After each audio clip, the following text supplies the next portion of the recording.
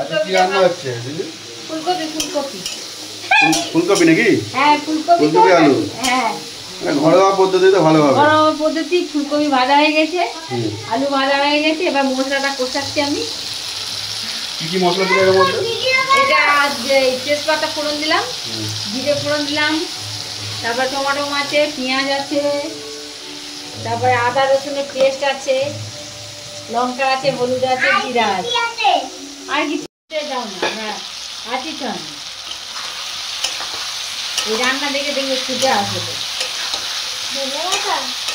ধনে পাতাটা হয়ে গেলে দিয়ে দেবো। পোস্ট করতে হবে, একটু ভয় যেতে হবে।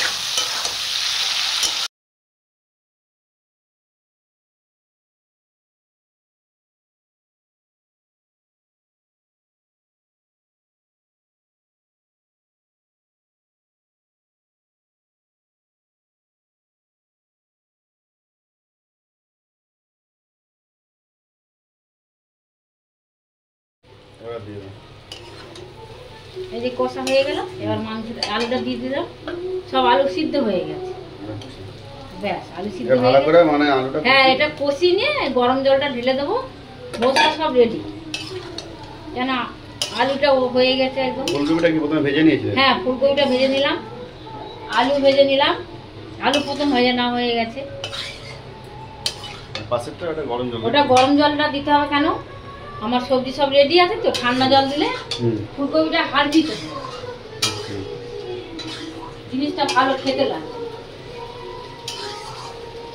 আচ্ছা এর মধ্যে মশলা কি কি দিলে কাকিমা?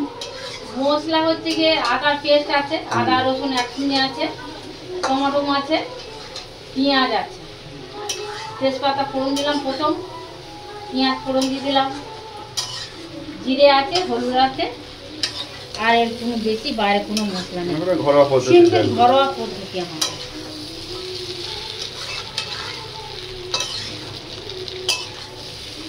রেডি, সব রেডি। বাস গরম জলটা দিলে হয়ে যাবে। হ্যাঁ গরম জলটা দিলে আর একটু ফুললে ধনে পাতা দিয়ে। আচ্ছা লাস্টে ধনে পাতাটা দিই। হ্যাঁ লাস্টে ধনে পাতা দিয়ে নামিয়ে দেবো। হয়ে গেল। আচ্ছা আপনি রান্না করতে গেছেন? আমি রান্না কাছেই শেখা। আর বাকি নিজে কিছু শিখেছেন? হ্যাঁ বাকি নিজে নিজে। গরম জল দেওয়া হয়ে গেল। হ্যাঁ গরম জল দেওয়া হয়ে গেল। এবার তারপরে কি দেবে? ধনে পাতা নাকি? ধনে পাতা দিয়ে দেবো। এই যে ধনে পাতা দেখুন এখন একটু ফুটবে তারপর। হ্যাঁ হয়ে গেছে কি সব? হ্যাঁ আমাদের রেডি, ফুলকপি রেডি আছে। ধনে পাতা দেবো, ধনে পাতা দিয়ে একটু গরম মশলা দিয়ে নামিয়ে দেবো। ঠিক আছে। এটা একদম নামানোর আগে তো? হ্যাঁ এটা নামানোর আগে, একদম আগে। কেন ধনে পাতা গন্ধটা চলে যাবে, ওই জন্য দিই মাত্র একটু গরম মশলা দিয়ে নামিয়ে দেবো।